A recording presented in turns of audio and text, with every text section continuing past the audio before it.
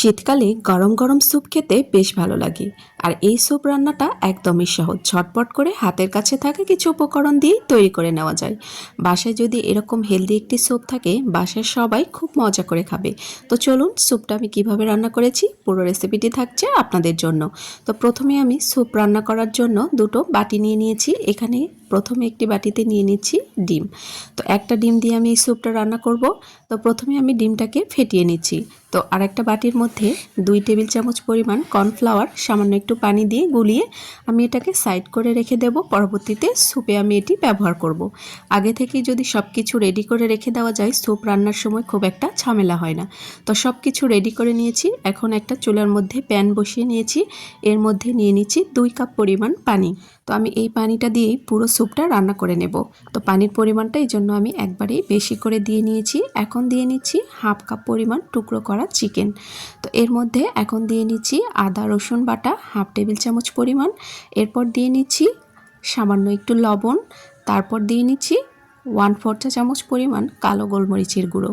এরপর এর সাথে ভেজিটেবল আমি অ্যাড করছি গাজর। আপনারা চাইলে এখানে যে কোনো ধরনের সবজি ব্যবহার করতে পারেন। তো সব কিছু একটু নাড়াচাড়া করে নিচ্ছি। এটাকে আমি 10 মিনিটের মতো মিডিয়াম আঁচে জাল করে মাংসগুলোকে সেদ্ধ করে নিয়েছি। তো মাংসগুলো এখন আমি পানি থেকে উঠিয়ে নিচ্ছি, কারণ এগুলোকে আরও কিছুটা আমি চামচের সাহায্যে ছোট টুকরো করে কেটে এই স্যুপের মধ্যে দিয়ে নেব। তো একবারে এভাবে স্যুপ রান্না করলে সময় কম লাগে, আর স্যুপটা রান্না করাও খুব বেশি ইজি হয়ে যায়। তো দেখুন মাংসগুলো আমি চামচ দিয়ে টুকরো করে ছিঁড়ে নিয়েছি। এখন এগুলো আবারও আমি এই স্যুপের পানিতে দিয়ে নিচ্ছি। এরপর দিয়ে নিয়েছি হাফ চা চামচ পরিমাণ টমেটো সস। এরপর আগে থেকে যে আমি পানিটা গুলিয়ে রেখেছিলাম কর্নফ্লাওয়ার, এটাকে অল্প অল্প করে দিয়ে স্যুপটাকে একটু ঘন করে নিচ্ছি। তো পুরোটা একবারে দিইনি, অল্প অল্প করে দিয়ে আমি নাড়াচাড়া করে নিচ্ছি। যতটুকু লাগবে আমি সেই অনুযায়ী ব্যবহার করব। এরপর যে ডিমটা আমি গুলিয়ে রেখেছিলাম এটাও আস্তে আস্তে করে দেব আর নাড়াচাড়া করতে থাকবো। তাহলে ডিমটা ছোট ছোট হয়ে যাবে আর স্যুপটা দেখতেও ভালো লাগবে। তো দেখুন স্যুপ কিন্তু মোটামুটি একদম রেডি হয়ে গেছে। তো এই পর্যায়ে আমি এর মধ্যে দিয়ে নিচ্ছি এক টুকরো লেবুর রস। এখানে 1 টেবিল চামচের মতো লেবুর রস দিয়ে নিয়েছি। সবার লাস্টে ফ্লেভারের জন্য দিয়ে নিচ্ছি চায়না গ্রাস। আমি এখানে একটি পাতা টুকরো করে কেটে নিয়েছি। এটা দিলে স্যুপের টেস্টটা অনেক বেশি ভালো আসে। হাতের কাছে না থাকলে না দিলেও হবে।